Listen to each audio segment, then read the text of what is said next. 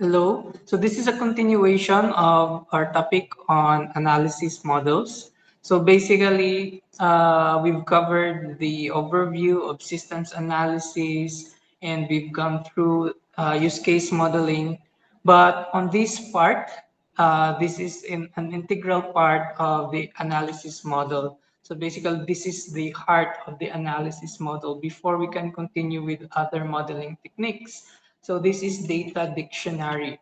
And before I continue, so we need to understand that the systems, the real systems around us are very complex. So we cannot have 100% accurate representation of the real world that we live in. So that's why when we model uh, the systems that we want to represent uh, as into our software. So we need to understand that we need to simplify it by hiding its low-level details, and we must stick to its essential properties only. With this, we will be able to create uh, an understandable and manageable representation, no, of the real world system in such a way that it is easier to communicate with different people, no, of different backgrounds that are part of the stakeholders. So be it the developer, the designer, and even our clients itself. So over here we have this diagram, no, showing the different levels of views or the levels of data abstraction. So as you can see, we have uh, two main different models of conceptual models that we create. So we can have an external model for our clients. So it's more on domain specific. And we have this external model that is more understandable to analysts, to designers.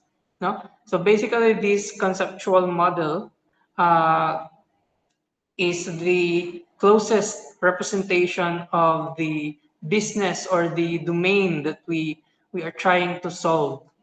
And internally, no, when designers starts to convert these analysis models and we create schemas, so basically we create this DBMS view, our internal model, our logical model.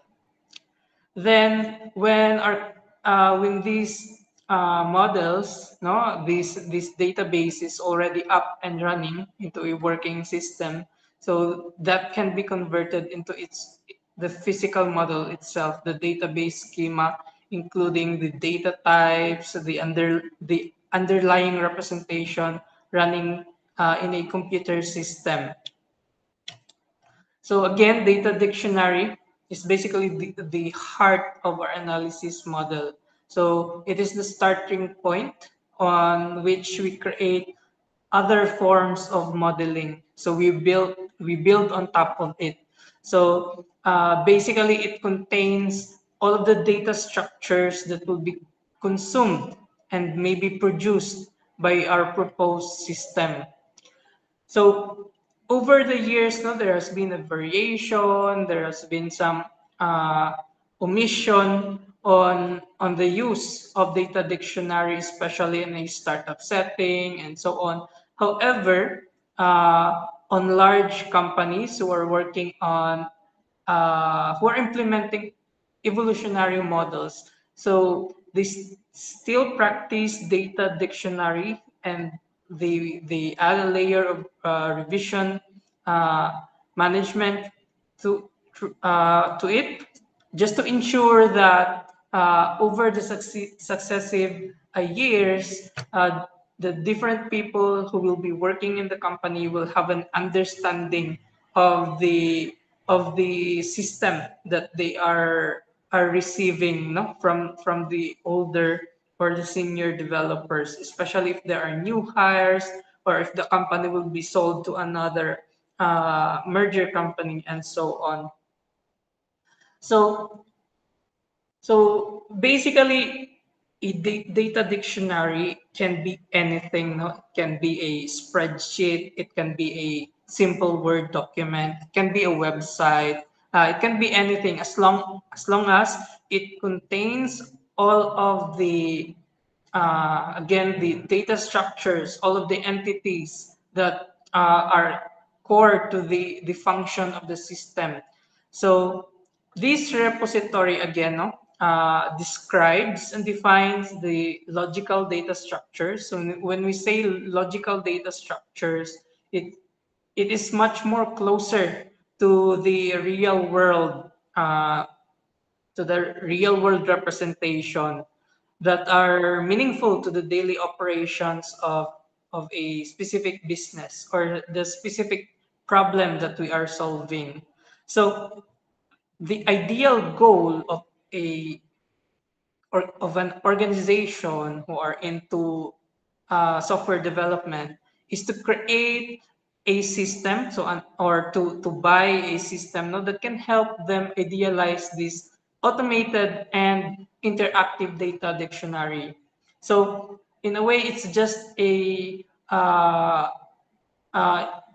and again, it depends on the organization's budget, no? If your company don't have much uh, some funding to create this web-based data dictionary, you can always use a uh, Google Drive, or maybe any online, no, online uh, services where you can collaborate, you can maintain and ensure that there is version control.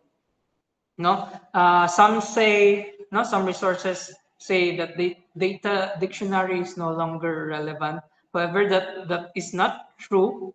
No, as I have shared before, it increases the maintainability of systems if your organization is keeping or is managing a this repository. Now, it can be very helpful for the maintenance of systems.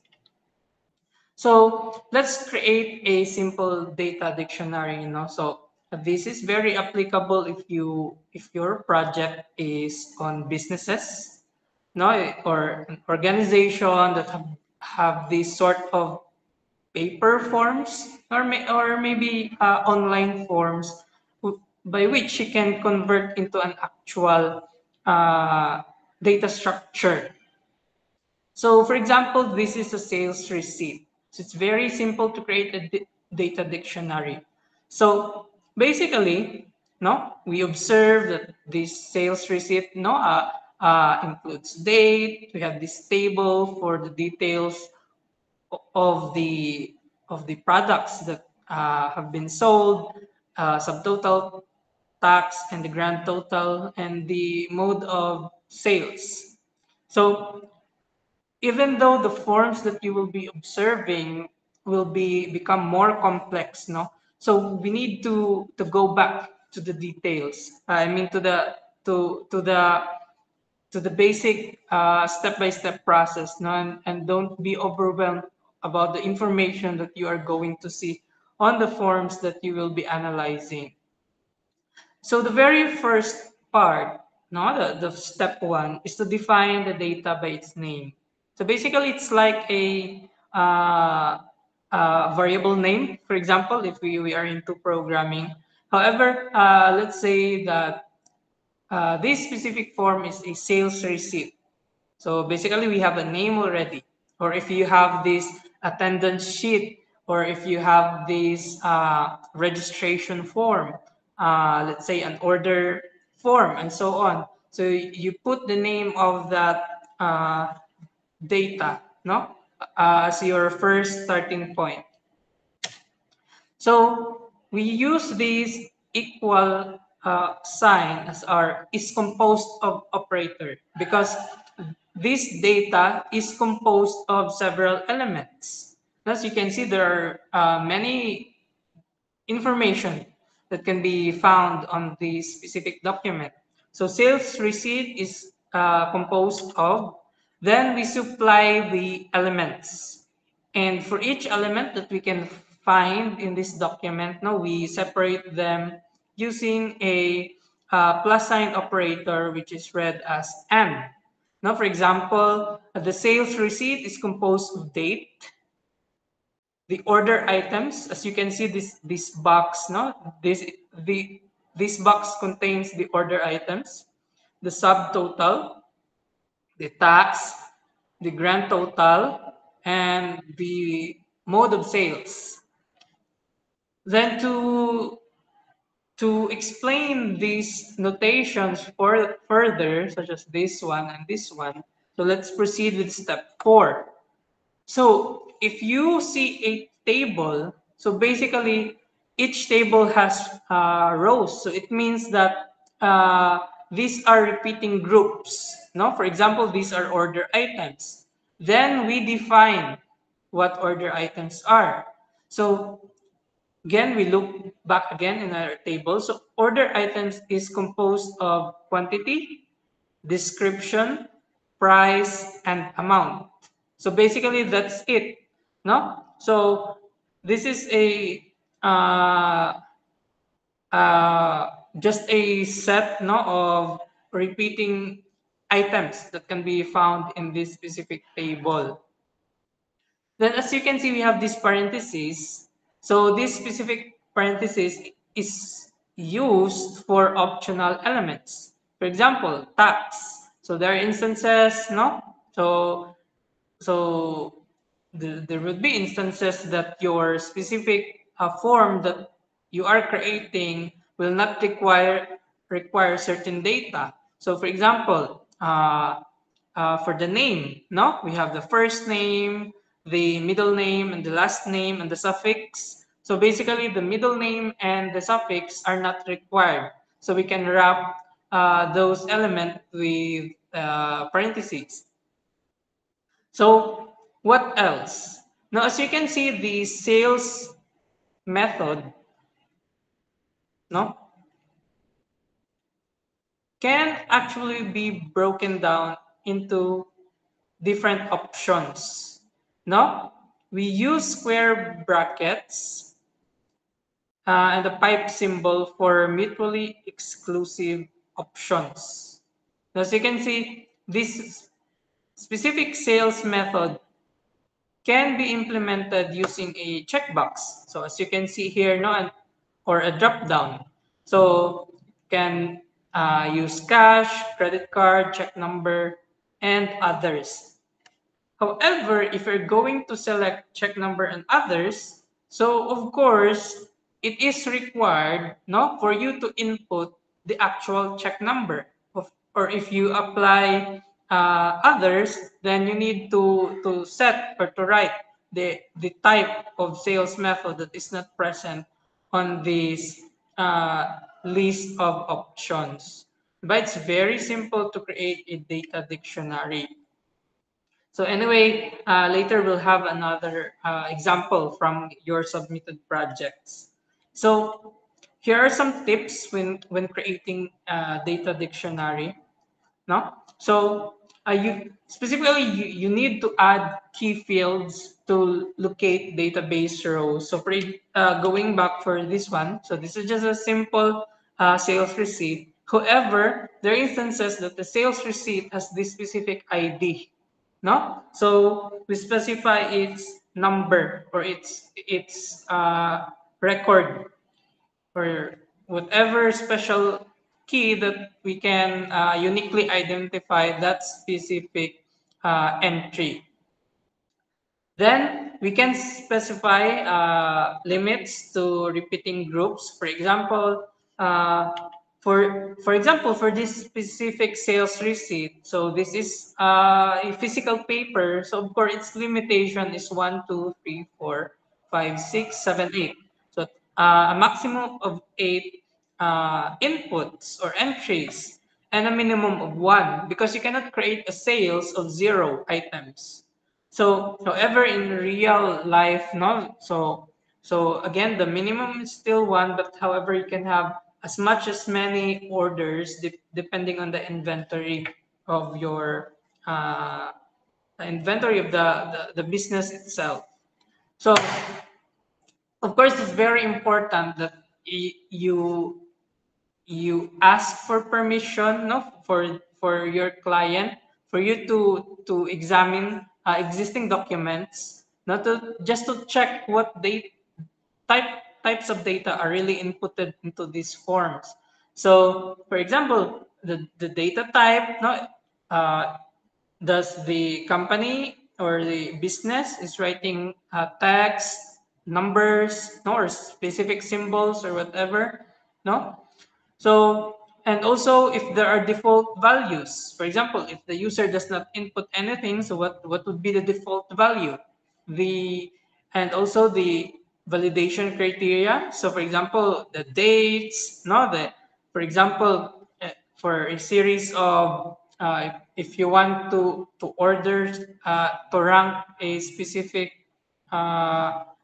uh, specific value, no, and provide a rank to it, can be 1 to 5, 1 to 7, or whatever. So what is the maximum length and of the required value? For example, you can have up to 50 letters, no, or 128 characters and so on.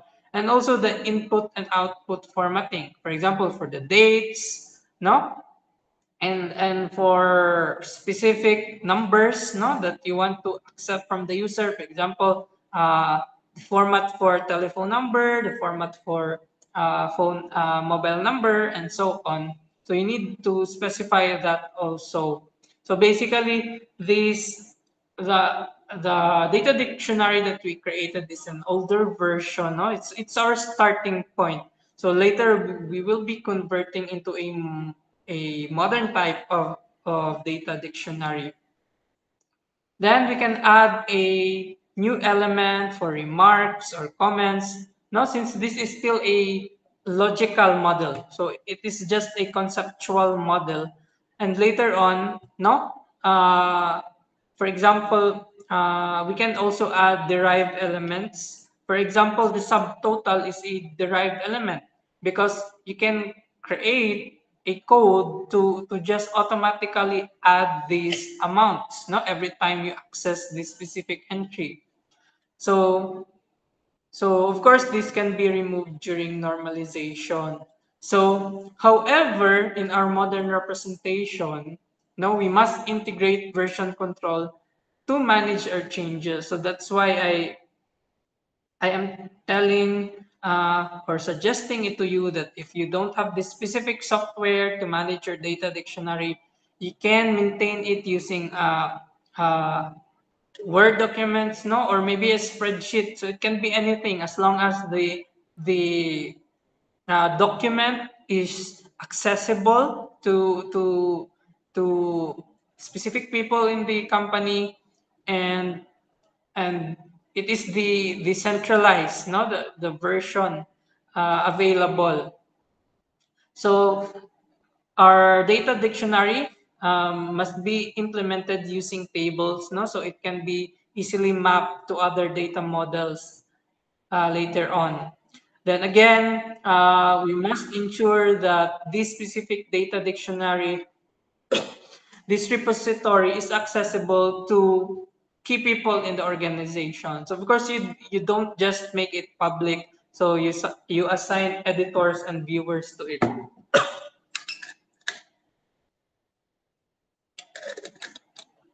So there are instances, no, where where certain organizations, certain companies might skip doing data dictionary, no, because of the limited amount of time, and to create their own data dictionary. So it's a reverse scenario where they have this existing system already, no? They have developed this system already, and in reverse they generate the database schema which can represent data dictionary itself. But my personal opinion, no, this is a bad practice because the data dictionary should be the basis of our analysis models, our design, and also the software, and not the other way around. No. However, if the company does not have one, no, and you want to create a data dictionary. So basically, you just generate, the database schema and convert it into a data dictionary, depending on the template or the format that is needed by the company. So here are modern attributes for a data dictionary. So basically, the older one that I demoed to you only contains the field name, diba? Sales receipt is composed of date, order items, uh, uh, the subtotal, the tax, and so on. So we can actually, no, represent it using a table.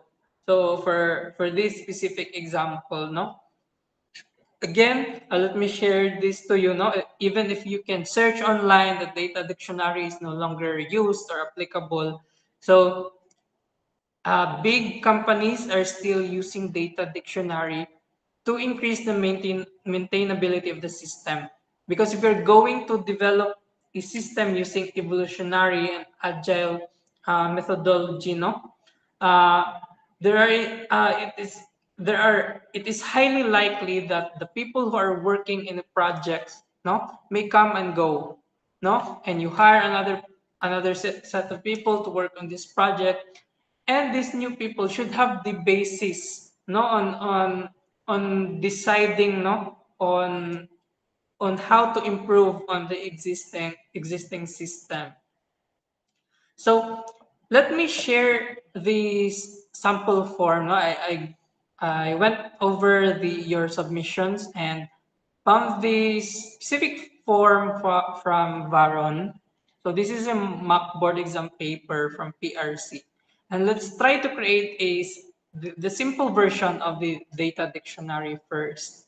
So uh, okay, so let me share the whole screen first. So present something else. So the entire screen. So going back, no. So you can see, first you need to observe the form. So don't get overwhelmed. So the first step is to understand the form, no. So basically, the form that are available are very straightforward. So no matter what information is presented into it.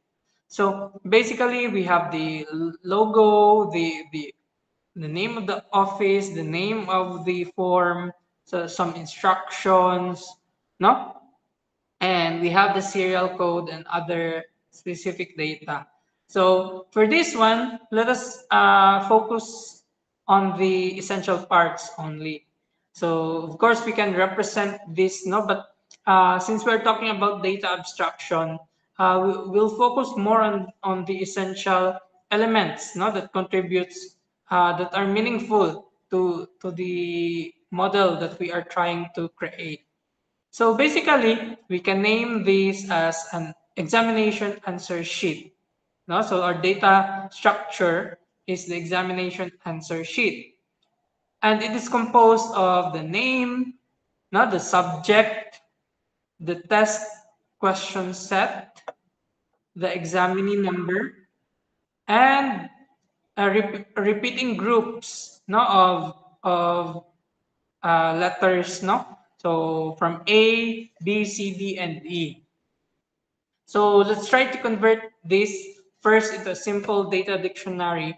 Then we'll try to add the different uh, columns, no, which will guide us in our succeeding uh, modeling.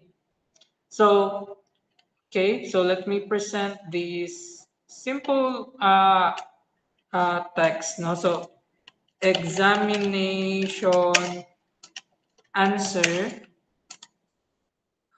sheet is composed of, no, as you can see here, so the serial number is actually auto generated, no. However, we can apply, set the here the serial number. So and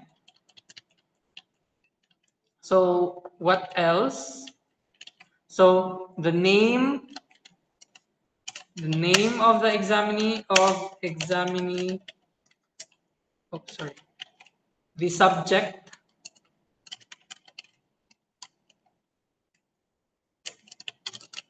so don't forget the operators, the test question set box. So the test question set box. So we need to expand this one, no? Because there are options, no? It can be set A or set B. So later we'll expand that. Then the examinee ID number. So, and examinee ID number. Oh, let's just make this a full word number. Then plus the repeating groups of answers. Answers. So first we need to expand the test question box. Now as you can see here, we'll just paste it. And that is composed of basically A or B. Diba? If we observe this correct, so A or B. Then basically, no, we need to expand answers. Answers.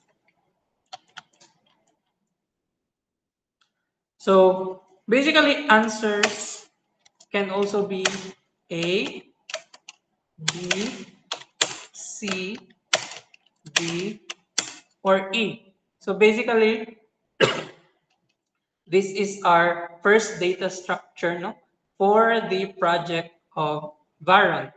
So, however, this is a traditional type of uh, uh, data structure, no? We need to convert it into a more modern one. So, oh, sorry. So let me go back. Let me present.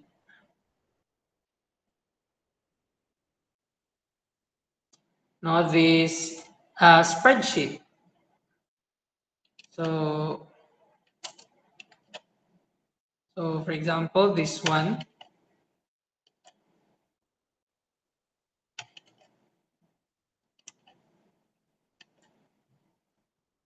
So for the examination answer sheet, so we have the serial number, the name of the examinee, test question box, and the answers. So going back here, no, we have these modern attributes. So let me.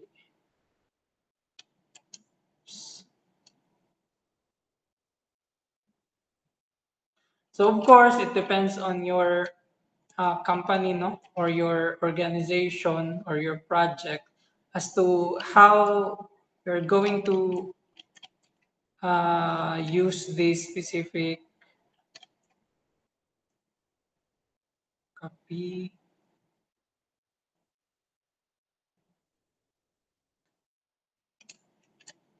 Okay.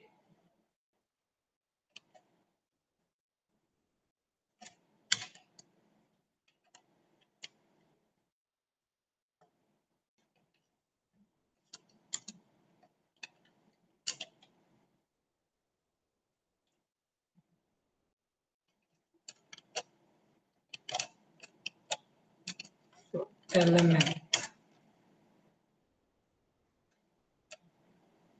So okay, so this is our example data dictionary, no, for using a. Oh, sorry. Let me.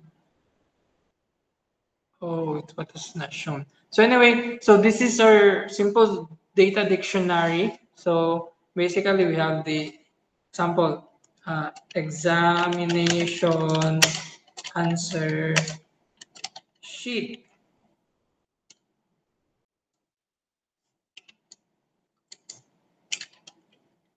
Okay, so or maybe you can group this depending on the module. No, for example, this is the exam module, and since we already have this one,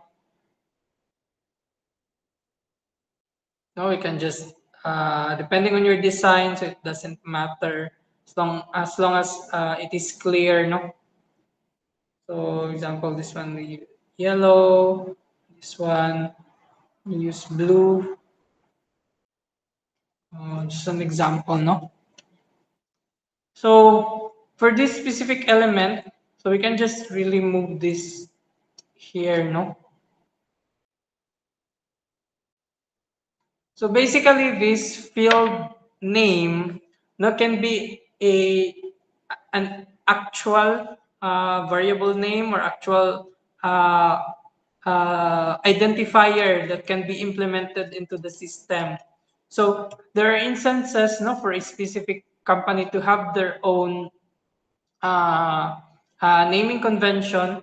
No, for example, this project, no, what does Varan call his project for a while? Mm, this is Taneo.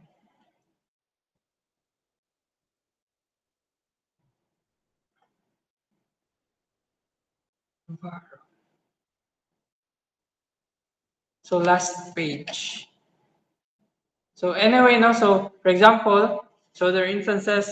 Let's say LP that exam, no, that serial number. So for example, so this is the field name, no? So LP that exam that name of examinee. So LP that exam that subject, LP that exam that test question set box, and so on, no? So, for example, we provide a description. Sometimes no, there are instances where uh, there are straightforward elements that don't need to be described. However, there are instances no, where a specific organization want to add another layer. They call this as helper text. Helper text. So basically, a helper text is just a description. Oh, sorry. So let me swap this one. So if we're focused on description, so the description is focused on the developer, on the designer. However, this helper text will be used in an actual system. So, for example, if we're going back to this image, no, so we can actually use this uh, text here, no, this is your serial form number. Check if the number is the same for all the answer sheets. Now, basically, you create a guide, no? So this text will be extracted and this will be part of the system and will be used as a label, no? A subtitle, no, for that specific label that is found on your system, no? And for example, the data type for this one, so uh, so a serial number can depend, no? So I don't know the context for PRC. We can just say this. So this is a text, no? You can have a varchar or an integer, but again, study the historical data that is in context, no, with the specific business that you are analyzing. So for example, the values for this one can range between uh, 0, 0. So how many numbers is it? So that's 1, 2, 3, 4, 5. So for example, oops, 0 to 9999.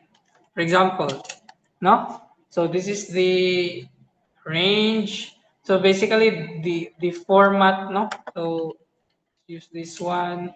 So the default, there is no default value for this one because this is not nullable. So can have the maximum size is 999. So required is yes. So is this unique? Yes. And other notes as well. And so on. So basically for answers, we can create another field for answers. Oh, the text is gone. So for a while.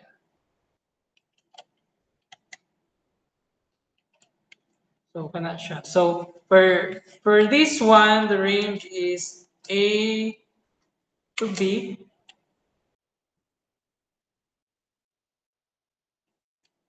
No, this is also required. And no, it is not unique. So the examinee ID number, no. So there is no. Let me check. So again, it's 1, 2, 3, 4, 5, 6. So 6 digits. So this is, let's say, this one is uh, text. This is uh, actually since we can just represent this as an integer. However, its format should be in this form, no? 6 digits. The the maximum is 9999. No, so this is required, this is unique, and so on. So the code range is, we can just set this as 0 to 99. Same with this one. However, we add another 9. Now we can duplicate this one. So, Kanisha, this is the answers. Now for this one is,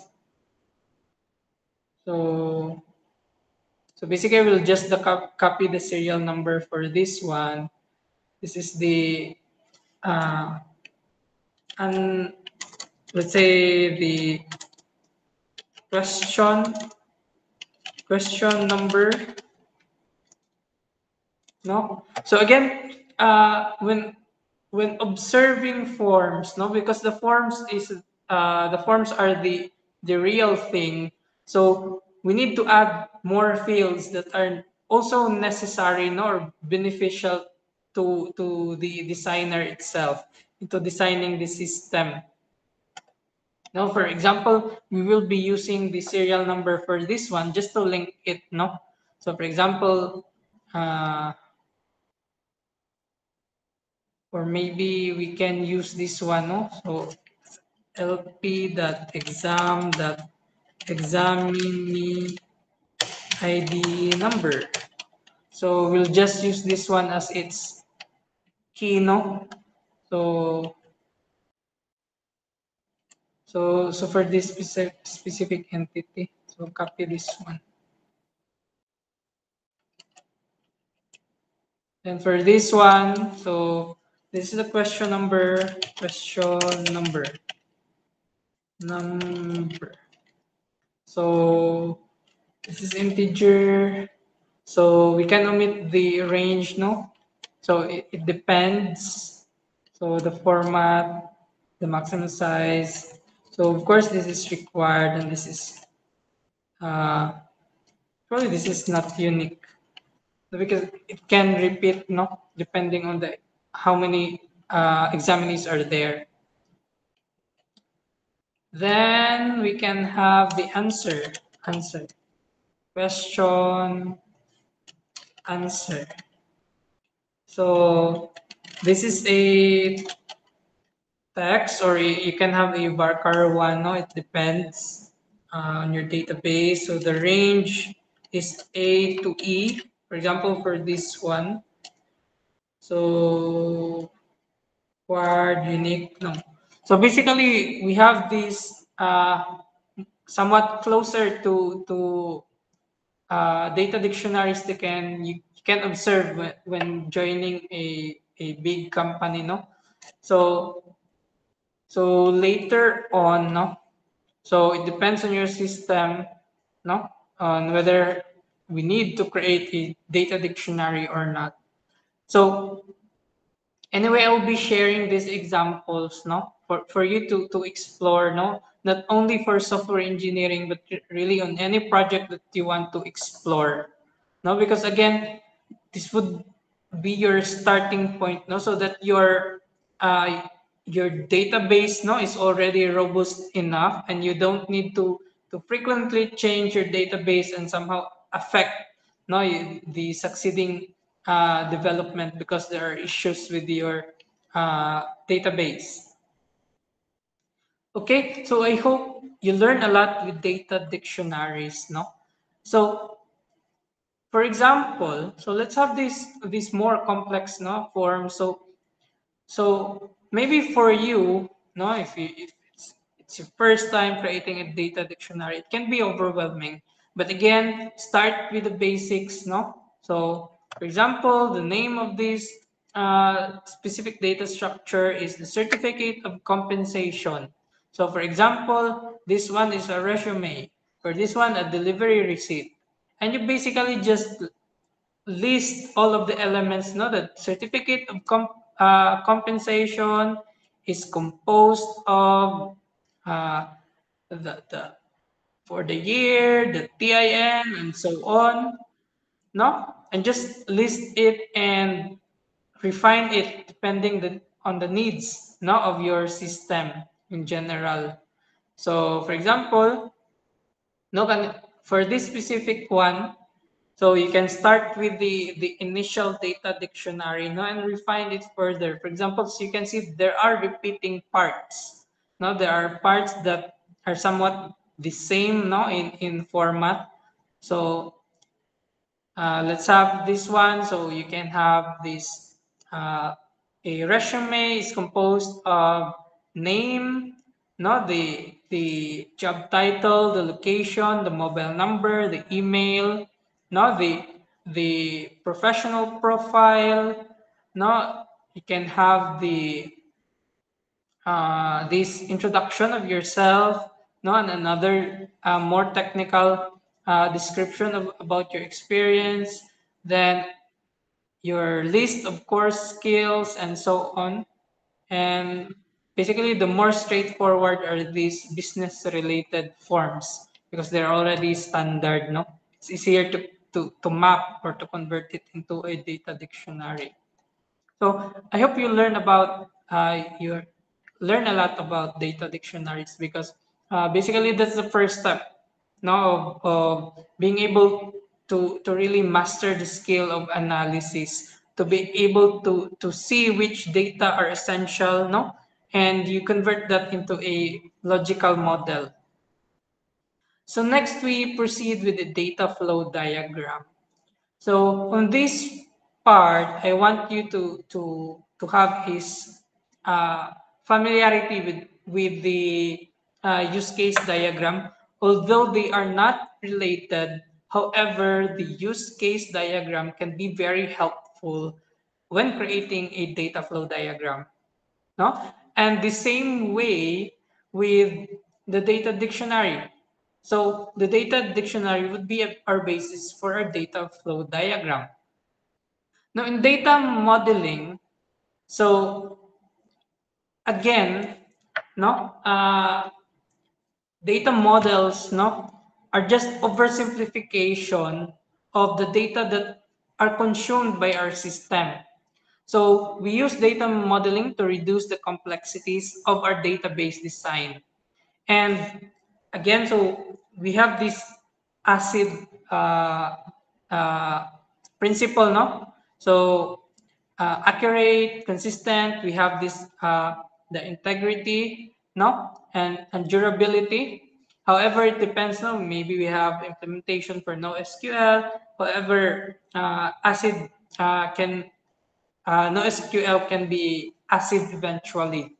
No, so that basically our database is manageable.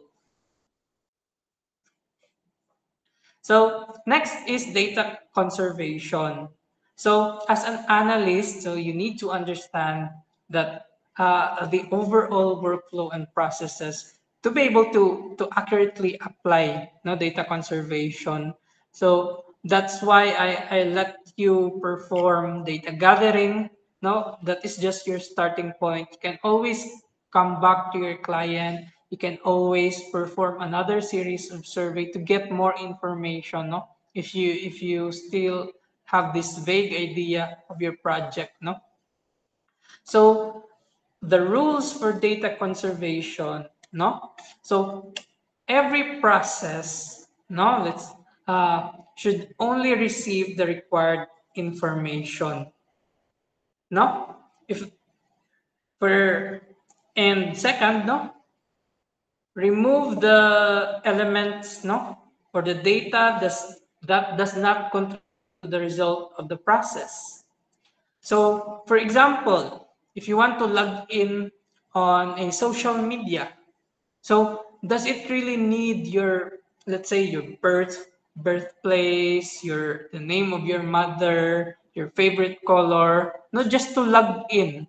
So the only important part of creating an account, no, as initial data to perform this account creation, is basically just your name, your age, no, your sex or gender, depending on the needs of your system, no, and your username, password, maybe email, maybe mobile number, no. So basically, those are the core, no, data that is required for you to create an account. No, maybe on some instances, if you are developing a system for an organization, you may need ID, for example, ID number, and so on. But again, so limit the data that is being uh, consumed by your system, because the more data that you add to your system, no, and compound that to the number of users, no, that will eventually use your system. So that is the amount of data, no, that you will be maintaining, no, in your database, that will consume space, will consume bandwidth when transferred, and will also eat up your funds, no, through additional cost. So the more minimal the data that you use into your system, so uh, the lesser the complexities that you introduce to your system, and the higher, no, your cost savings in the longer run of your project. So let's proceed with the data flow diagram.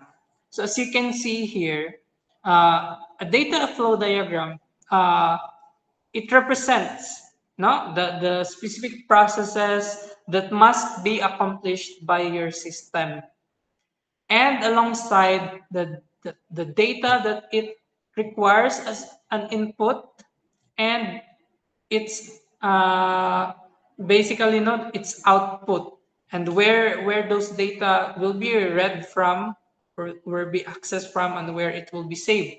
So the purpose of DFD, the data flow diagram, is to be able to really tell, no, both your client and the designer which are the essential processes, no, that ensure that the system is functional, that although the scope is limited, however, it would actually allow the business or the organization to still function now when migrating to this proposed na system. So number two, it divides the processes into less complex activities. So later on, we'll have series of examples, the different decomposition, no, from a higher level DFD to a lower level DFD.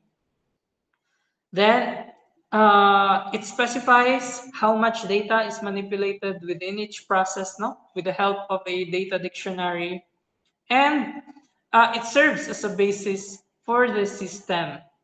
So there are instances, again, when you read resources, the data flow diagram is no longer required, no, because basically it has been a practice, no, for majority of startups to avoid these initial processes, no, of really analyzing systems, to really to just develop software, no, on demand, no, and be able to present it to funders so that they can gain more funds, and let's say they have this mindset, no, we'll just improve it once we have the funding. No, to be able to really create a software, a system that is usable, that is maintainable, you really need to apply your learning in software engineering. So our goal is not to recreate the scenarios that happened, no, before the introduction of software engineering. So so these things are presented to you to really help you, no? If you are going to create your company, your own startup, or to go into a company and become a technical lead, no? To really reintroduce these techniques, no? That can really help the long-term success of the projects that you are pursuing. So if you're going to search online, there are a lot of notations available. So uh, the Marco and your Don probably dominates the internet, no? However, we'll be using this more cleaner Gain and Sarson notation. So again, a data flow diagram. So this is a visual representation, a graphical representation of the information flow around our system, no, that are generated, no, by the systems analyst. So we are still in an analysis models, no, although we are already designing models, we are still on the logical, we are still on the analysis phase. So basically, we use this to convey our technical understanding, no, in a representation that is understandable to both client and the designers, no, because the our clients is the source of the information, no, and our designers will be the consumers of the models that we create, no. In a DFD, we have these four types of elements, no, that we can find on a diagram. We have the external entities, the processes, the data store, and data flow. And we really need to stick to this notation, no, because this is a somewhat this standard, no, on how to create these specific elements. So an external entity is can be a person, an organization, or an external system, no, that is not part of the system that you are proposing. So basically, an external entity sends or receives data. So it is represented by a rectangle, no? And later on, we will see how we can integrate this together, no? So the process, no, basically it is an object, no, that models data transformation in system. So it represents a specific process, a specific workflow. Then the data store represents a permanent system data. Now, when we say permanent, so it is stored in a database. So, however, for modern system, we have these instances that we might store in data in a browser. No, it can be a local storage, a cache, a cookie, and we can represent it using this specific notation. So as you can see, this part is open. No, so we have this. part here, enclosed box, and this somewhat open rectangle. Then the data flow. So it models the data flow between elements. So just to remind you, data flow diagram is non-deterministic. So it does not tell no nga, which process should start no and which is the next. So it just depicts all of the processes that are relevant to a system to make it functional as possible, and where and who initiates the process, who receives the data, and where to get and write the data. So again, it's non-deterministic. So the first type of a data flow diagram, it's a level 0 data flow diagram, is called as a context diagram. So it is a very high level representation which only shows, no, it only shows the external entities and our system itself. Now, as you can see, for our specific example here, we have a form builder application. No, that's the name of the system, and we put 0 here on top as its label. No, another label. No, so it's the highest uh, level process. Now, and we have these external entities that interacts with the system. So we have the owner, no, who modifies, no, the forms to manage the forms. So basically, he can edit the forms. He can view the forms that he or she generated. We have the responder, which can respond not to the forms. No, he can fill it out, submit it. Then he can also get the list of the forms that are available to him, or accessible to that specific responder. Then, of course, in reality, no, one major problem of young or aspiring software engineer is when they think about a system, no, they think that they will be maintaining the system. So no, you might be the creator of the system, but there must be another person who will be managing the system. So it doesn't need to be you, no. It can be another employee of a specific business or organization from your client, or maybe another person that you will be hired, no, to perform these specific administrative roles. So later on, no, on your learning tasks, so you will be uh, applying these different levels of users, no, from system administrator, which is really managing the whole system, no, ensuring that it uh, uh, runs on a day-to-day, runs smoothly on a daily basis. We have the admin who will be updating certain data on the system, might be adding new users, no, or updating its contents and so on. So in a way, that's our level 0 data flow diagram. So here is another example, no? A bulk token transfer application, no, for cryptocurrencies. We have the sender, we have the receiver, and we have an external entity, the blockchain itself. So of course, when we say, sir, the blockchain is the database. No, the blockchain as a whole is a system, no? So that is why we need to interact with it.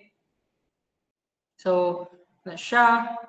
Then, as you can see here, no, for our level 1, no, data flow diagram, that is called as diagram 0. So the decomposition of the context diagram.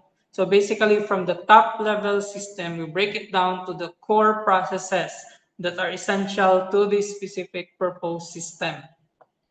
So as you can see here, uh, our first process is called authenticate session. So basically, we follow the same naming convention as we have in uh, So we have in our use cases to use verb plus noun. No? Always understand that when creating data flow diagram. So for example, this one, authenticate session. So it is a process that is initiated by the sender, no? He provides his wallet data, no?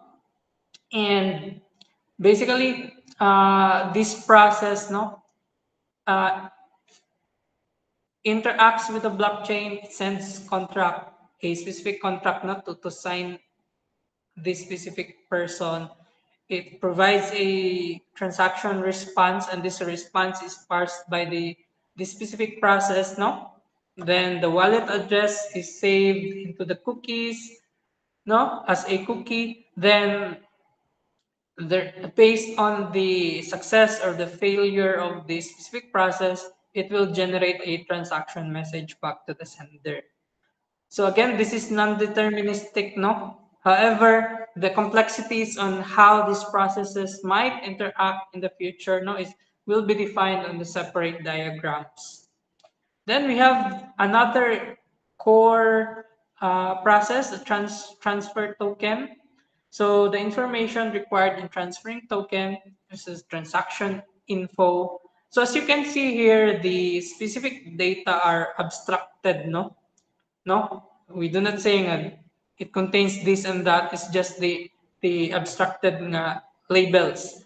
So as you can see here, the convention is in lowercase. So the entities, the processes are in, let's say, in title case or in proper casing, no? So the sender initiates by giving the transaction info to this specific process, no? Then it creates a contract and submit it, no, to the blockchain. A blockchain responds using a transaction data, and that is being parsed by this specific process, and it will generate a transaction message. And also the receiver, no, will also receive, no, his or his transaction info and wallet address. So basically, as you can see here, the sender can also be a receiver. So when he opens this specific process, no, when he initiate this specific process, so we imagine that there is a, let's say there is a screen that can show his existing transaction. It can be inbound or outbound. So, ano siya. So since this specific process can be decomposed further, as you can see here, so focus on the numbering conventions, no, for the whole system. That's the 0 for context diagram. For diagram 0, that's 1.0, 2.0, and so on. And we have this deeper, more granular diagram 1, no? So don't be confused, ha.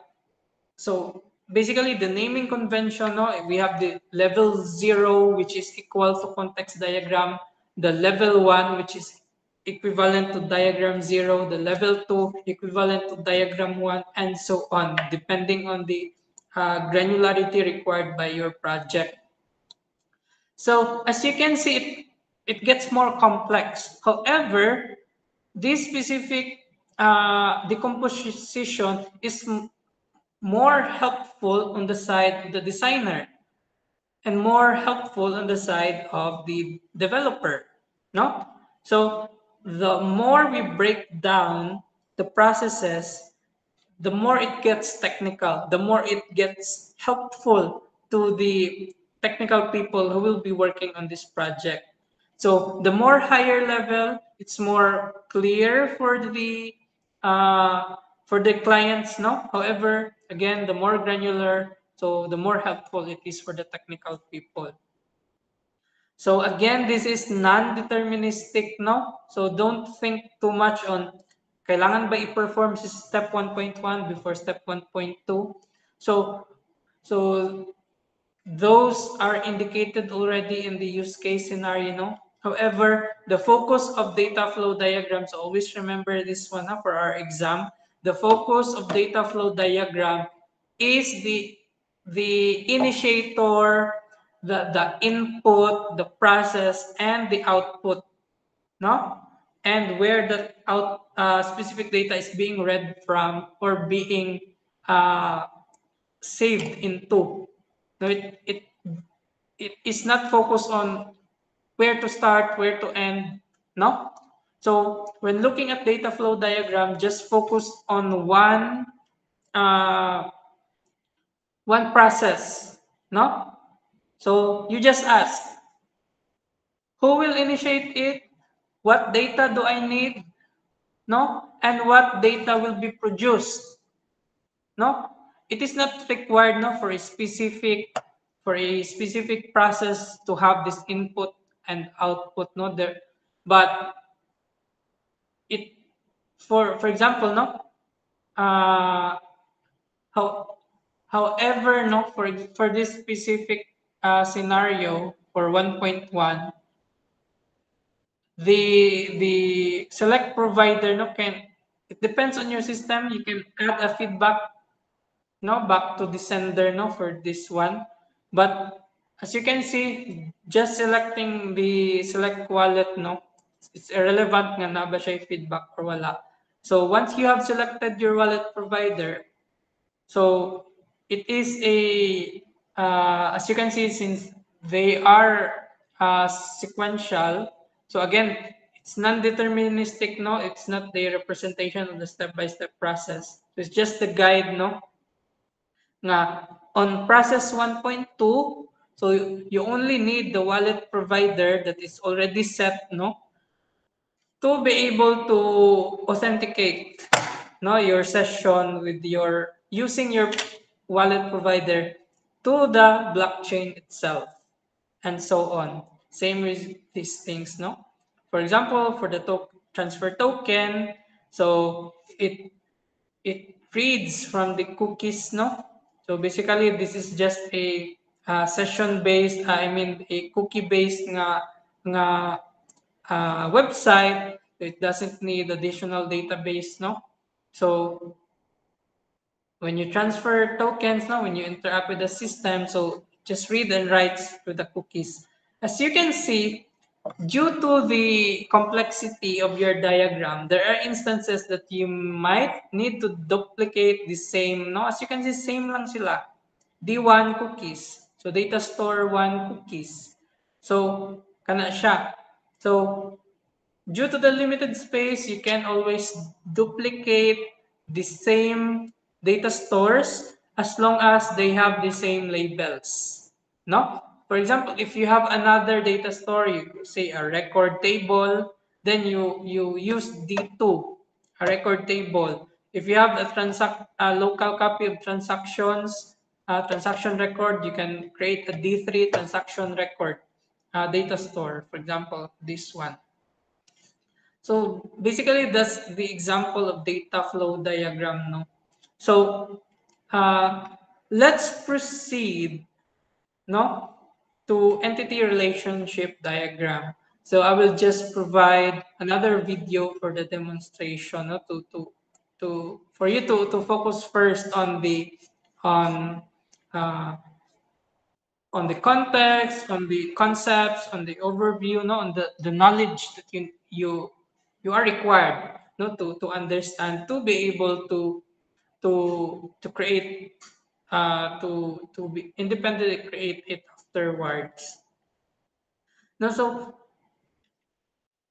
first we need to understand data model again. So we keep on repeating this one, no? So when we talk about data model, so it is a simplified version. It abstracts the complexities, no, by focusing on the essential elements that are required on your for your system to work functionally, no. So it guides us, no, or it tells us how to structure and organize a more complex real world object so that we can meet specific business requirements. Diba na? When we talk about business requirements, so this is are functional requirements, no, are the no as represented, no, or as mapped with our user requirements. So database designers, programmers, and end users, no, may see the same data, no, in different ways, no. So that's why we, when creating data models, no, usually this is an iterative process, a collaborative process by multiple people, no, including the clients, to create the best representation of of the the complex real world objects that we want to model. So data modeling, so this is used to reduce the complexities of database design, no? And ensure that the database, again, as I shared earlier, no, follows the ACID, no, na principle. So accurate, consistent, so it retains integrity, no, and also the data is durable. So even before, no, the RDBMS, no, or the relational model was conceptualized, we already have different models. So maybe if you can refresh your memory on your database, no, so we have the hierarchical model and so on. But the model that really was retained, no, so although it's a bit different from a relational model, no. However, it has this close similarity that it was retained, no, as part of the modeling, although we already have this more modern RDBMS available. So an entity relationship model, so it is a conceptual approach. So when we say conceptual, so if you can remember our data abstraction layers, so it is used or it is consumed by the people, no, who are working on the project. It can be the client or the technical staff, no. So it is used to visualize the structures of business databases, no, as abstract data types that are linked by relationship and and are expressing dependencies. So now that we have the back, we talk about business requirements. No, we learned that through information gathering. Then we perform uh, analysis to be able to get the functional requirements out of the business requirements. Then out of the business requirements, we are able to generate the use case diagram.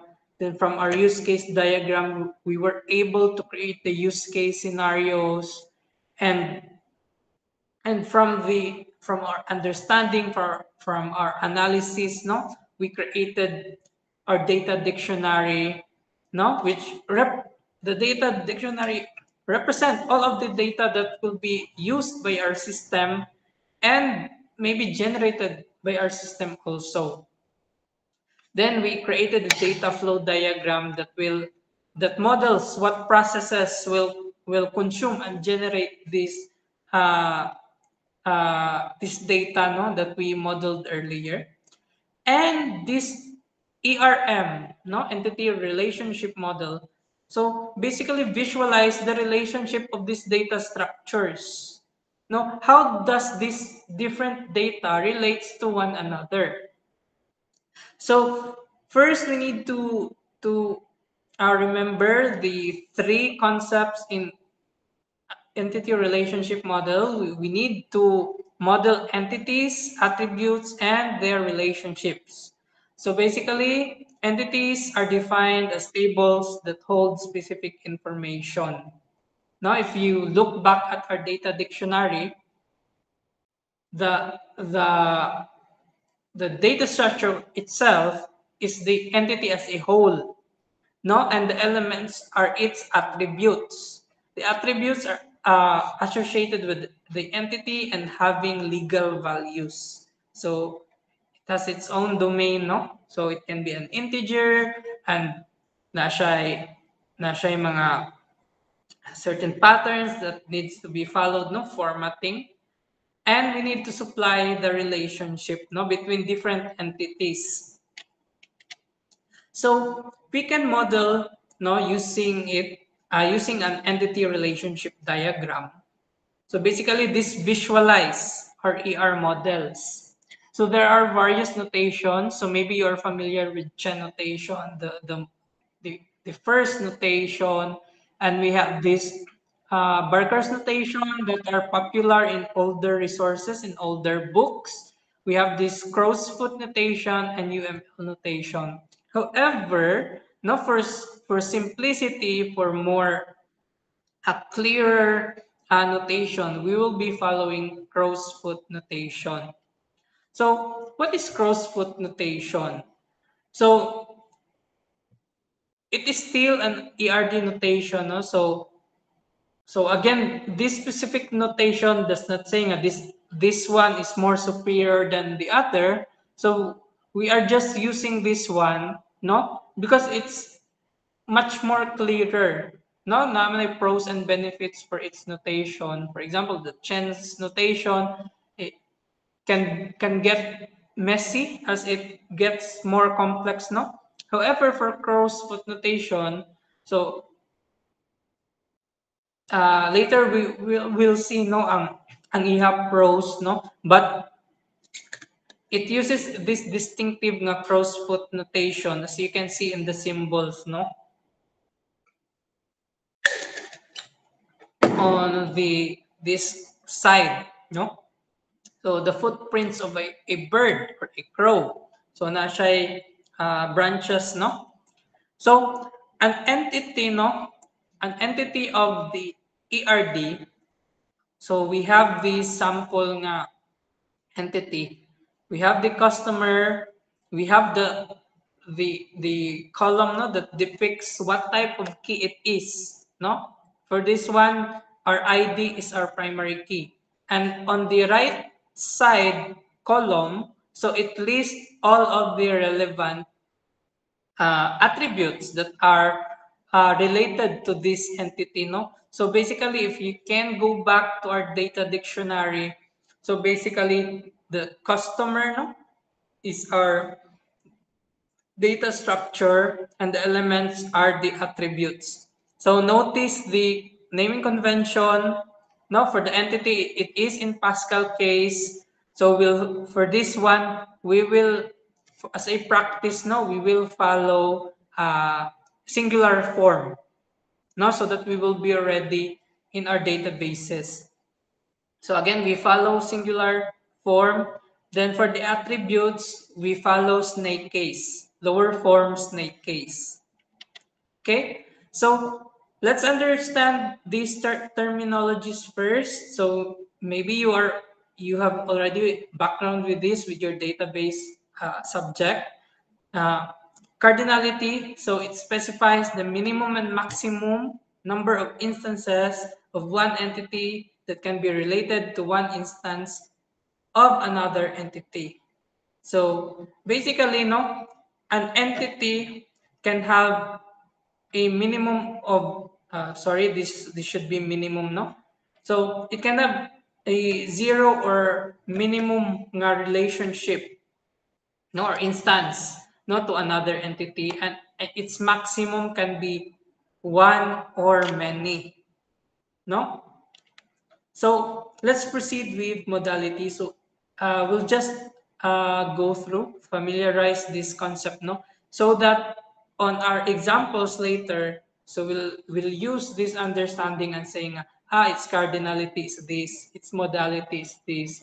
So first is mandatory relationship. So again, we'll have examples later on. So for the mandatory relationship, so it specifies that for every occurrence of an entity, there must exist another entity or vice versa, depending on where you look at. So we have this optional relationship also. So it specifies that it is not necessary for every entity occurrence to participate in a relationship. So anyway, we'll focus on the key terminologies, no? Si mandatory and optional. So it is much more understandable when we have examples. So the very first step, no, for when creating a data flow diagram, I mean an ERD, is to really go back on on your analysis, no, your initial analysis. How deep was your understanding on the business, no, and their operation, their processes. So that's why it is important really to for you to really understand how to create uh, uh, data dictionaries and also the data flow diagram, because with those starting points you can now convert that concept uh, into an ERD model. So let's have step one, no? So if we have these specific entities that have relationships, no, together in our system, no. So let's define its cardinality. So, sir, saan man pag-define si cardinality? So, first, ito focus first on a single entity. So, I have this guide, no? It's like a eyesight, no? So, let's focus on customer. So, maari ka sa customer na side and you look from the customer to the order, no? So, the customer, no, is the owner of an order. No, the customer may have, no, unsa may maximum niya. So a customer can have many orders, di ba? So that's the maximum. Then we can also specify the minimum. Now, on real world setting, no, sa real world ha, so you cannot be a customer if you are just a window shopper, di ba? However, when we try to create a conceptual model, so we also need to understand a, a middle ground between what's happening in reality and what will happen if we convert it into a digital system. So basically, you can create a customer that will not order, no, in your system. So for example, in Lazada, there are instances that you can create an account, a customer account, but does not really buy anything. But your data is still stored in the customer table. So basically, a customer is an owner of zero or many orders. Now, since this is zero to many, its modality is optional relationship. So I can be a customer of a system but does not participate in this order process, or is not required to really participate in the order process. So as you can see, its cardinality is uh, zero to many and its modality is optional. So nga optional, because if you see zero, it implies automatically na optional ang relationship. So you focus on the minimum nga part. Then let's reverse, no? Ato baliktaron. So what is the relationship of order to the customer? So what is the maximum number of customers so that an order may be owned?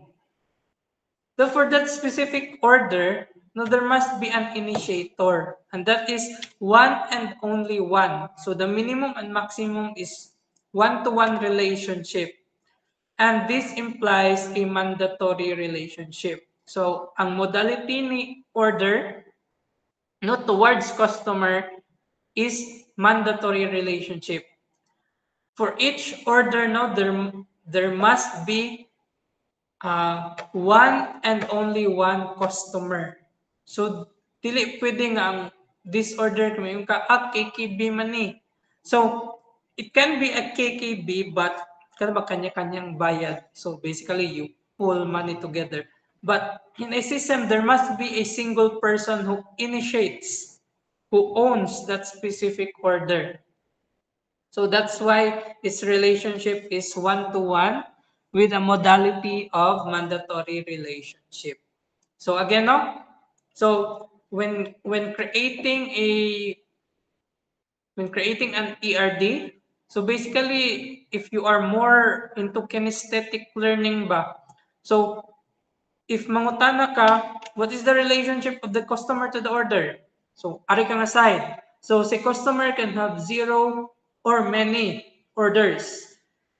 If you will be asked, if si order, kung sa man ang iyang relationship ni customer. So, for each order, it must have one and only one customer. So, ngadto ka mo tan-aw from order towards the customer. So, there are instances no of other forms of relationship, no? So, for example, a customer may own zero or many, may own zero or one discount card. So, na yung maximum. For example, if you have a parent who owns a sari-sari store, ang imo mama, so your mother can own zero or one discount card, sa Suki card. So it would be impossible, no, dili allowed, no, by the rules to have multiple Suki cards. So another example for this one is your TIN, no? So your TIN, so there must be for each single Filipino, for each one legal na Filipino, dapat naa siya maximum of one TIN. So otherwise, you can be imprisoned, no? If na kay multiple TINs. So that is 0 to 1 relationship.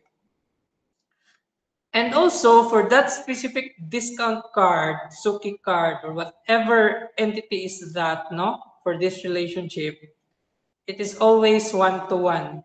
So that specific card is owned by one and only one customer. No? How about one-to-many relationship? No? So, going back no sa data dictionary, di ba, we have these repeated groups na you can have multiple orders. For this specific order, you can have multiple order items. For example, if you go to your favorite store, maybe you have a TikTok account, no, order ka sa TikTok, no, nga, you have this anime mouse, you have this Ghibli nga smartphone cover, and so on. Now, for that specific transaction or for that specific order, you can have multiple items, no, found inside it.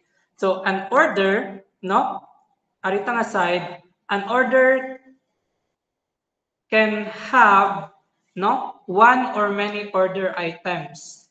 And if we go on the other side, no, an order item, no, must have one and only, ang iya parent, no, is one and only one order.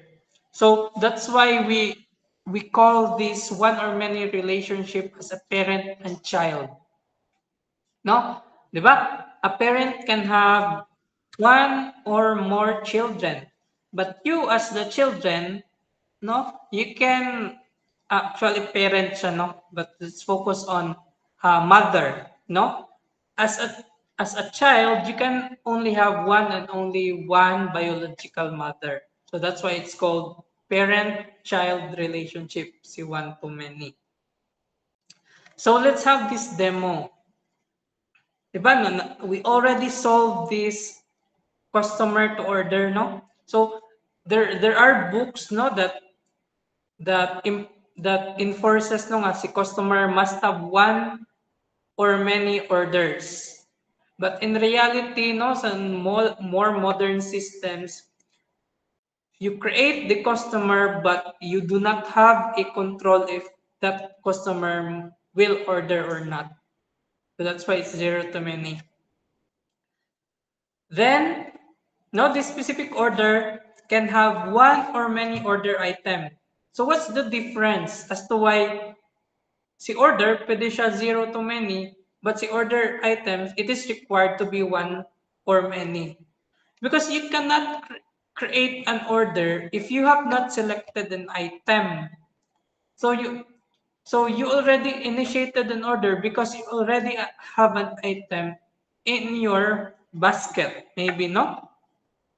So as you can see, an order can have one to many order items, but the specific order item must have one and only one parent nga order. So gets lang. So as you can see, we have these foreign keys, no? So I hope you have a familiarity with this one with the help of your database nga background. So we have this foreign key one order ID. So that depicts this relationship, this one and only one order ID. One siya. Then for FK2 inventory ID, so we need to check, no? Na for each order item, no? You can only order an item if there are still stocks available. Diba, if you're familiar with ordering online, no? Lazada, Shopee, Temu, TikTok Shop, no? You cannot order an item if it is already zero stocks. So that's why you can only order an inventory, no, if it is still allowed by the system, no. So an order item must have one and only one inventory, no. For example, I want to buy that mug, no, or that cup holder or whatever. So the specific item, oh sorry, let me. So your order item must have an equivalent. Let me share that again. So your order item must have an equivalent value or an instance, no, sa inventory. Then if we reverse our perspective, so for each inventory that you have, no, so sa perspective po ni siya for the perspective of the seller, for example, it means that even if you have hundreds of inventory, it doesn't mean that all of your products or all of your inventory will be sold. Diba? So there are products that are not popular. No, dili siya mahalin. Can be a cold stock. So an inventory may have zero or many order items. So for example, nisikat nga payong, no, very durable umbrella. So of course, if mag-viral ang reel, many people will be buying that umbrella. But for example, this very generic nga green notebook, no? So it's not popular, no one is searching for it, then there are instances nga wala dyan mo palit na for that specific inventory. That's why it's zero to many. Then, what is the relationship between inventory and product? So, if we look sa inventory towards the product, no? As you can see, we have an FK here. For each inventory, there must be an equivalent of one and only one product associated with it. So that's why we have this FK. Then, no, if you look at the relationship, no, of product to inventory, so as you can see, no, we are already in the digital era ba. You can add many products, no, on your system, but there are instances nga that specific product will still have zero inventory. So also may differences of product and inventory. So product itself is the more concept ba of the item, no? Nga you will be selling this Lenovo laptop, and the inventory is the physical representation no nga ay naakay 5 ka Lenovo laptop, or naakay 5 or 10 ka mouse, for example. So that's why its relationship is 0 to many, because you may have the product online but you don't have stocks, or wala pa ka naka-create of inventory. So maybe padung pa ang imo gi-ship pa ang imuha inventory. So again, no, you can create rules in your system. You cannot add a product if wala siya inventory and so on, but it depends on you as the analyst, no? But on a very generic perspective, so you have the freedom to create different products even if you still don't have an inventory. So you are just readying your system for your store. So let's have this another example, a vehicle rental system. So a cost. So again, no, depending on your system, you can have a customer that can have, it enforces nga you will create an account if and only if mo start na kag-rent.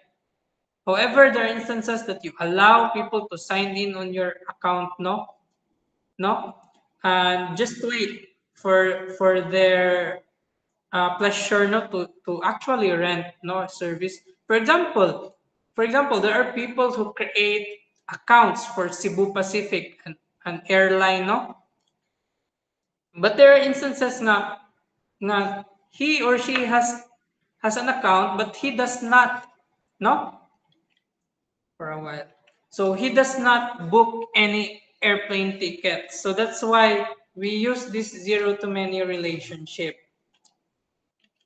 Okay, so let me share this again.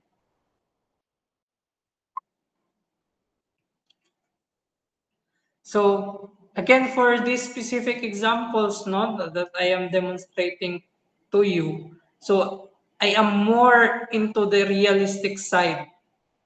So you cannot, since we want more people to be using our apps, we will not prevent them to become a customer if they don't actually purchase, or they do not uh, uh, if they do not avail our services. So that's why for a customer, he or she can have 0 or many rentals. But for each specific rental, no, we have the foreign key customer ID. For each specific rental, it should have one and only one customer, no? Then on the other side, if the customer has already rented, no, something, so we have this FK2. So of course, for each rental, it should have one and only one vehicle, no? But we can break this further, no, kay, let's say nga, sir, what if I can rent one or many vehicles? So you can change, no, the way you represent your ERD. So you can create this rental vehicle. Let me recreate this once of paint, no, uh, or maybe let me open this one. So just for an example, no, on how to.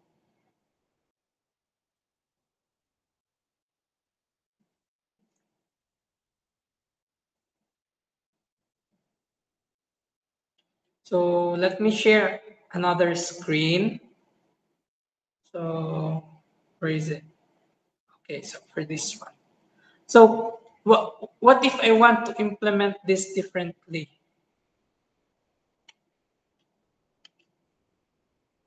No? So for example, for this one, so basically I will remove the vehicle ID here.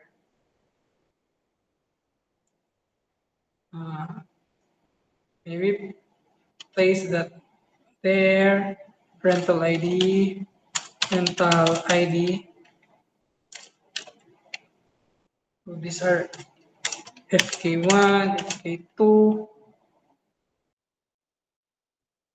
So for example, no? So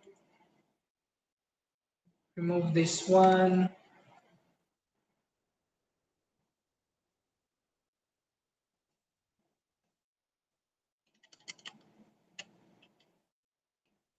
So what if I want my system to behave this way? No, based on my analysis, for example. So this one rental vehicle. So this one becomes a one-to-many relationship, no? So parent-child relationship. So each rental can have one or many.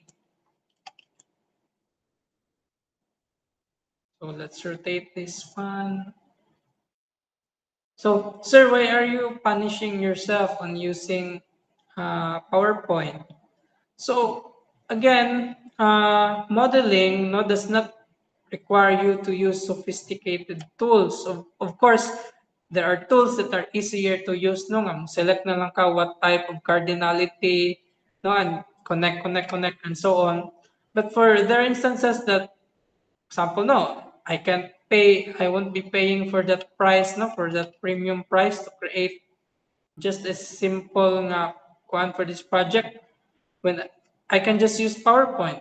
So kana siya, that can be a valid reason, no? So you're not limited really with paid tools, no? If you can make most of free tools, then use it. So kana siya is already a parent-child relationship, no? So saan na siya? Then siya. So this is another example. So again, you can use the other example, no, if you have this specific need on your system. But what if the need of your system is for a single person not to can rent multiple vehicles? So as you can see, this parent-child relationship, a specific rental can have one or many rental vehicles. So sir, na-confuse na ko sir, ngano rental vehicle man siya, ngano dili man pwede isumpay directly si rental vehicle. So again, it depends on your system and it depends on the rules, no? For this custom scenario, no, the business needs, no, the business needs, no nga, a specific rental can have one or many vehicles. No, that's why we create this another entity, no, by merging, no, ang ilaha names, no, rental vehicle. So this is also a valid example. So let me close that. Let me share again my previous screen.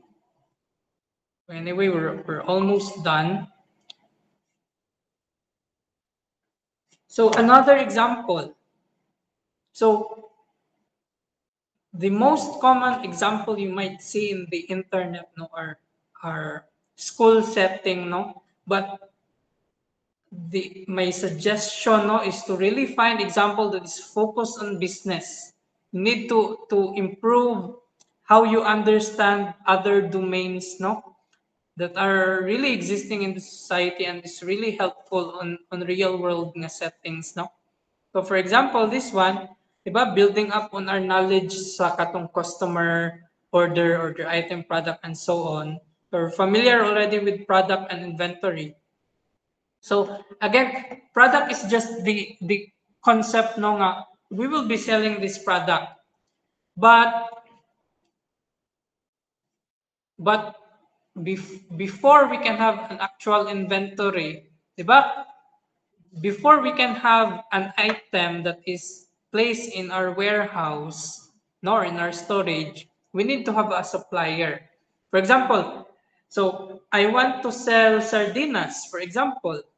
So to be able to have an inventory of sardines, I want to have I want to acquire the sardines from, let's say nga, I prefer Save More, I prefer Metro, I prefer Robinson Supermarket, or I prefer, uh, let's say, Prince Mall. No, you have a lot of options. No, that's why. No, that's why. As you can see here, as you can have multiple supplier, but a supplier can have zero or many nga inventory. Okay, you can have separate supplier, but for example, ang your product is electronic and ang imo supplier is greenware. So there are instances nga you already have a product, you already have a supplier, but you still don't have an inventory for the product. You will still be ordering. So that's why that's the reason of these notations, no? So a supplier can have zero or many inventory. Then, as you can see here, same magyapon nga scenario, you can create multiple categories for your inventory system, no? But a category can have zero or many product. So nga naman, sir, why are you creating a category with zero product? So basically, you are still readying your system.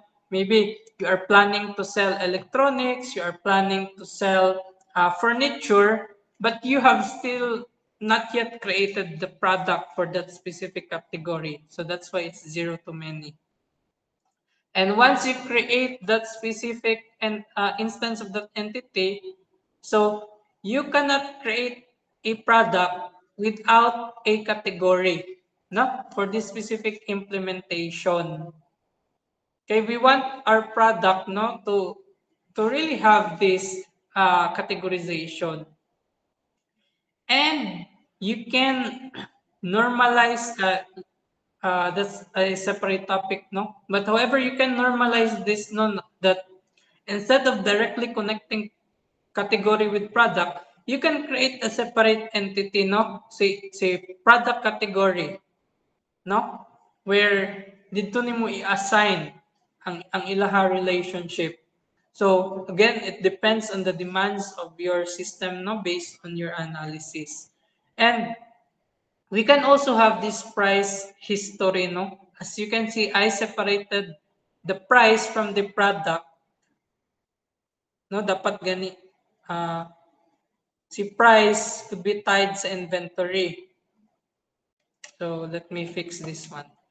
So let's go back to our slide, no? So let's create the thing that I've shared earlier, no? Because it really depends on your analysis, no, on the depth of your analysis on how to improve your ERD. So for this example, so let's create a product category. Let's put this here.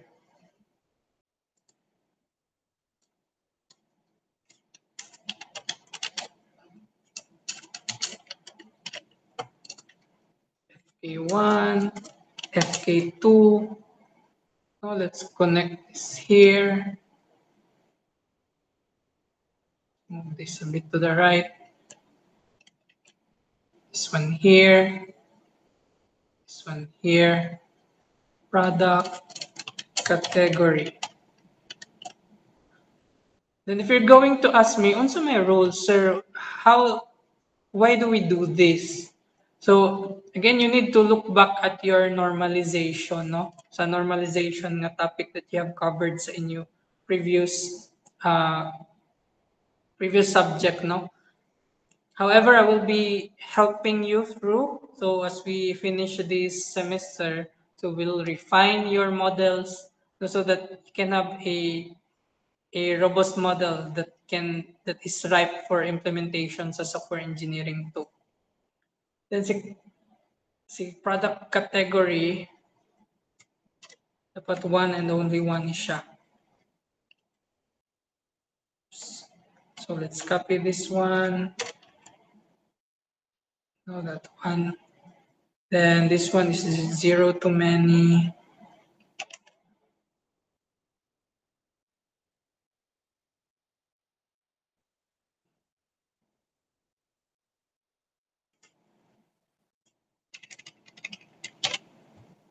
Siya. Then for price history, we can actually connect that to inventory. This one. And you ask, sir, ngano si price history? Why are we connecting that to inventory? So actually, I think this is already redundant, no? So just realize it now. So every time you add a new inventory, no? Every time you add an inventory, mo automatically adjust mo ko na ang price. So we can just improve this specific na entity, no, here. So we have a retail cost, retail, I mean the whole sale cost. So basically, how much did it cost you to buy the whole set of products? Then retail.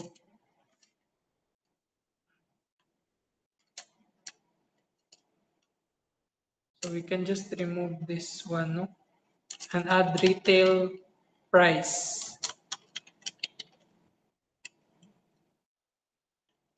And you can add other items, no, related for this specific inventory. Maybe you can add color, you can add dimensions, and so on. So basically, for every time that you add a new set of items in your inventory, so basically mag-update ang iya price. For example, for your first inventory, so if you bought a toy car, for example, no, if that sets of toy car, no, for example, for each set there are 10 toy cars and it costs you 10,000. But the next time you replenish that inventory, the toy car is already 12,000 per 10 items. No? So kana siya. Then you adjust your retail price here. Siya. That is an example of how you create an ERD.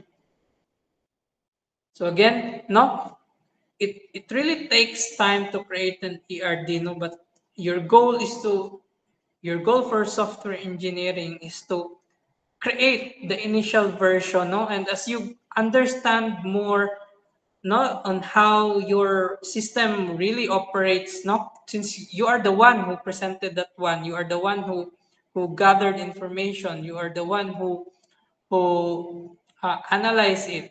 So you're the best person, no, to create the ERD.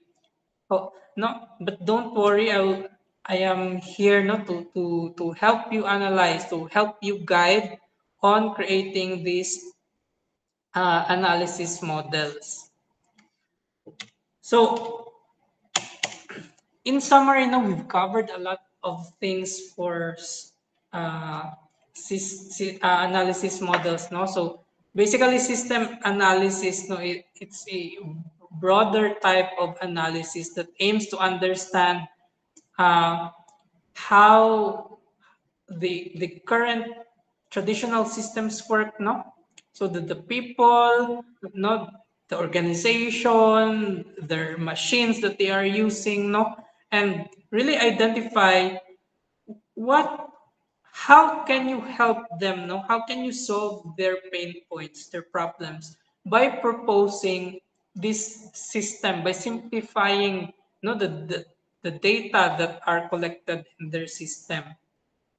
So a few of the modeling techniques that we have covered, no, that are very relevant, no, that is essential in software engineering. So of course, there are a lot of data modeling techniques that you might find, no, and that is covered from another subject, no, that is system analysis and design.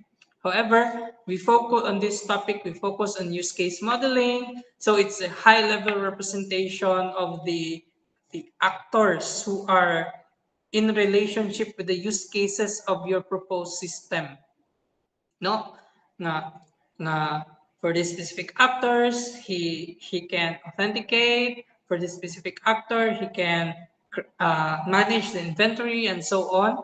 And we have data dictionary. It describes, no, and defines the all of the logical data structures that represents the system, no, all of these uh, data that will be consumed and generated by the system. Then for the data flow diagram, so it is non-deterministic. It focuses on mapping, no, what input data is required by the process, who initiated the process, and where to store or retrieve those specific of data. Then for the entity relationship diagram, no, it shows an entity, the entities that are present in our system, its attributes, and how those entities are related to each other. So I hope you learned a lot in this analysis model. So this is the last part of our module 2, no? And would be our stepping stone, no, for when we proceed with module 3. So I hope you learned a lot today, and uh, please go over this evaluation form. I know that many of you prefer face to face, no, because you can ask question, but you can always go to our evaluation form, no, since we are on uh, this asynchronous classes, no, so we can, so this is just a somehow a another channel, no, for us to continue our lectures even with our limited, no, our rooms due to the recent events that happens here in Leyte. So please evaluate how this material is relevant to you, know, how and how did I deliver it well so I can improve better. So thank you so much for really finishing this whole module, no? And I hope you really learned a lot from it. So later I will be giving you a separate announcement for our next activities. Thank you and goodbye.